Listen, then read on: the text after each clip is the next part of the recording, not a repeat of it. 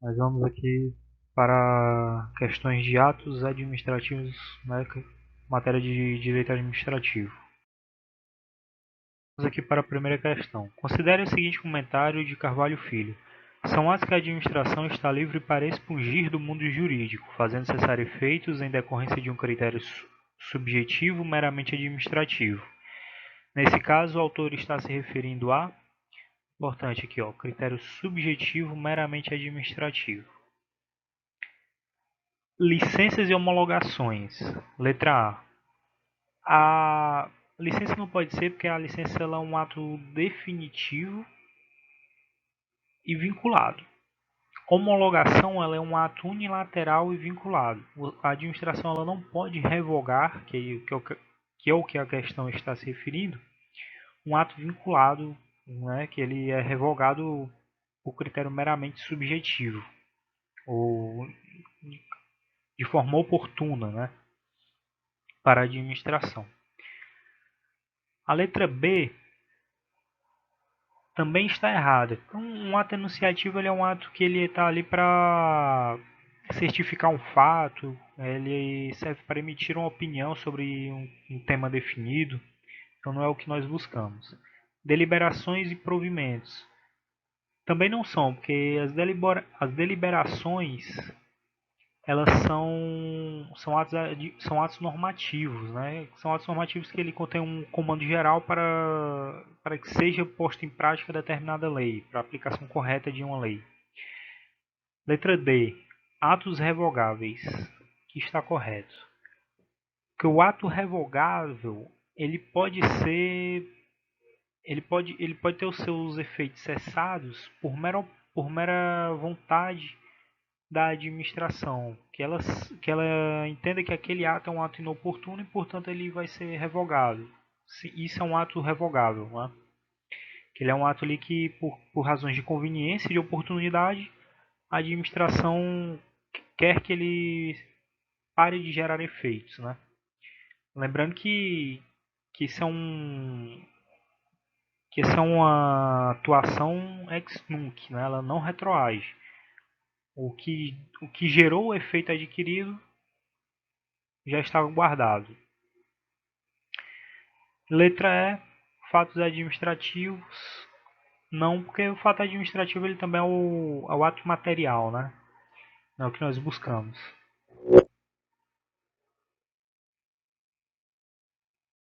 Terceira questão aqui, a respeito da revogação, da anulação e da convalidação do ato administrativo, assinale a alternativa incorreta. Letra A. A administração deve anular seus próprios atos quando presente vício de legalidade e pode revogá-los por motivo de conveniência ou oportunidade, respeitando os direitos adquiridos. Correto. O direito da administração de anular os atos administrativos de que decorram efeitos favoráveis para os destinatários prescreve em 5 anos. Correto. Contados da data que foram praticados independentemente de boa-fé. Isso aqui está errado. Se o terceiro agiu de má-fé para ludibriar a administração, não há essa prescrição aqui. A administração poderá revogar o ato no tempo que ela achar conveniente, né? No tempo que ela tomar conhecimento que o terceiro agiu de má fé.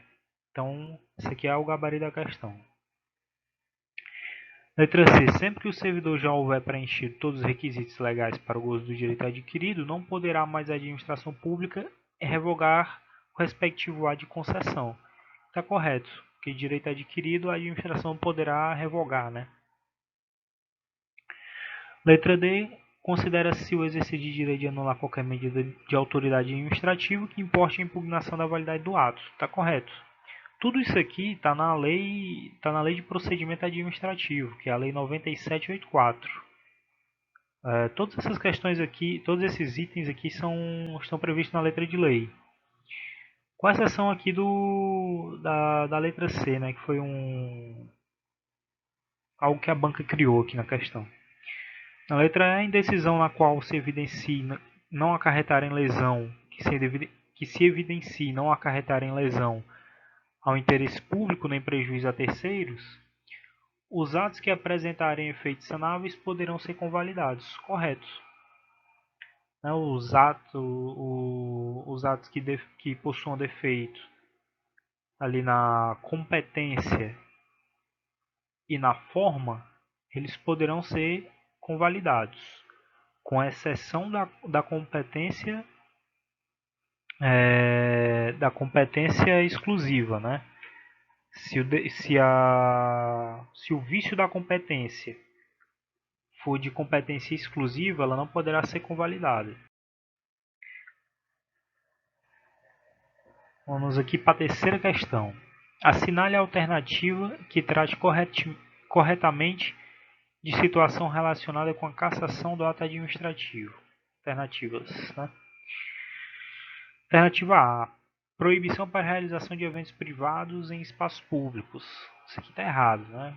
Porque aqui o fato da administração não achar interessante que ocorra um evento festivo é um critério que o judiciário diz ser que é poder discricionário da administração. Ela faz ali de acordo com o que ela achar mais oportuno de acordo com o que ela achar mais oportuno para o município. Né? E ela deve observar claramente as normas ambientais e urbanísticas que regulem tais eventos. Letra B. Extinção do contrato administrativo sem culpa do contratado. Não, isso aqui também não se refere à cassação. Sem culpa do contratado aqui ele se refere a um contrato administrativo que foi cessado por motivo de força maior ou por um caso fortuito. Letra C. Cancelamento discricionário da licença ambiental. Está errado, né? É importante lembrar que a licença ambiental ela é um ato vinculado, mas aqui não se refere à cassação. Não prorrogação de contrato administrativo por motivo de conveniência e oportunidade. Está incorreto também porque aqui foi uma simples revogação. Né? Quando a gente fala de conveniência e oportunidade, com certeza que ele está se referindo à revogação. É a perda do direito de dirigir por excesso de infrações de trânsito, que é o gabarito da questão, que é um caso clássico, né, de cassação de ato administrativo. A quarta questão. O delegado Madeira foi durante mais de 20 anos titular da Delegacia de Repressão e Fraudes Fiscais, tendo passado a atuar no dia 1º de janeiro de 2021 na Delegacia de Proteção à Mulher.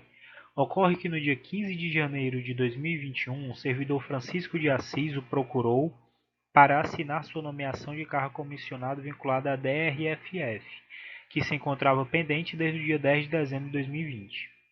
Vamos lá para as alternativas. Como a nomeação estava pendente há mais de 30 dias, o delegado Madeira deve assinar o ato de nomeação e submetê-la ao diretor de gestão interna da Polícia Civil. Errado porque ele não pode mais assinar esse ato administrativo por vício de competência.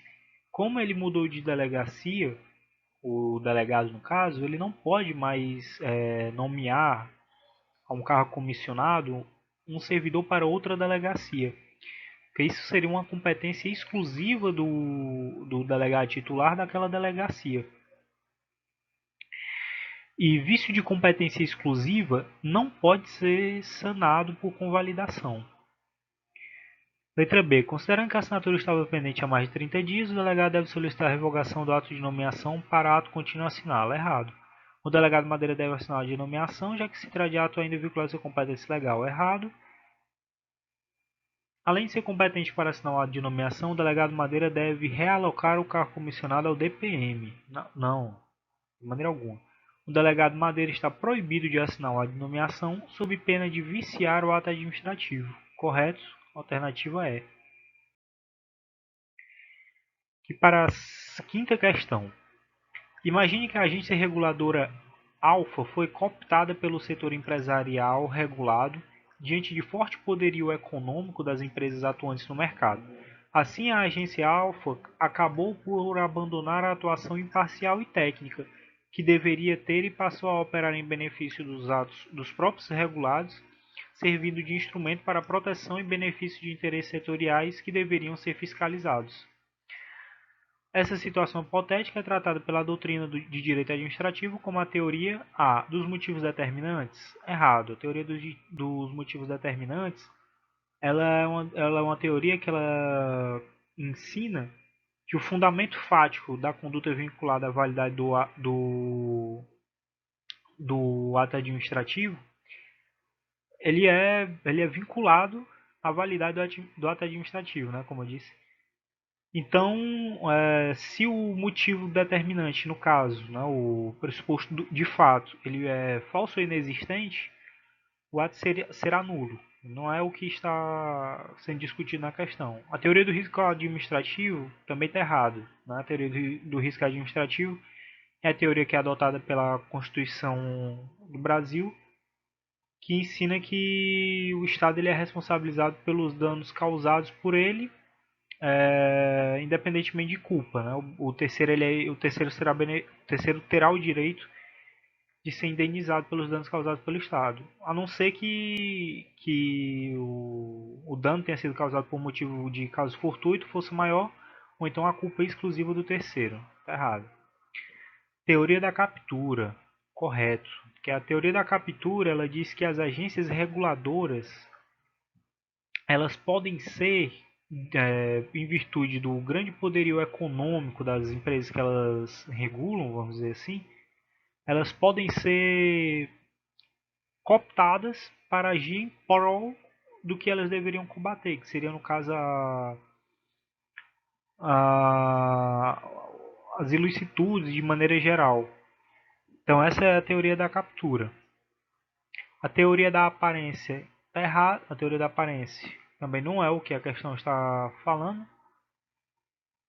Que a teoria da aparência ela protege o terceiro de boa fé que foi ludibriado e dessa forma ele achou que tratava-se de uma relação legítima de alguma circunstância no direito, mas na verdade ele estava sendo ludibriado e não sabia que aquela situação não era legítima, né? Vamos dizer assim, a teoria da aparência. E a teoria do fato consumado também não é, porque a teoria do fato consumado ela diz que as situações jurídicas que foram consolidadas, né, de acordo com o passar do tempo e são amparadas por decisões judiciais, elas não podem perder a eficácia, né? Porque aí elas estariam ferindo o princípio da segurança jurídica.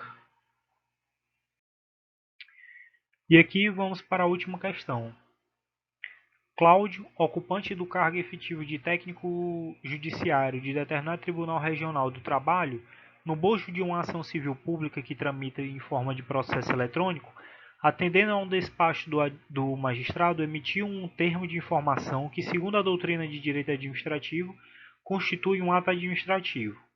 O ato praticado por Cláudio traduz uma situação de fato real e goza de boa-fé, em razão de atributo do ato administrativo chamado, vamos lá para as alternativas, autoexecutoriedade, que é um meio indireto em execução do ato, que independe de ratificação judicial.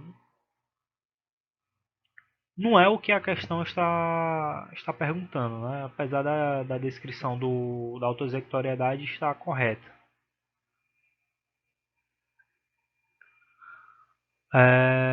Letra B. Exigibilidade, que é um meio direto de execução do ato administrativo que independe de ratificação judicial.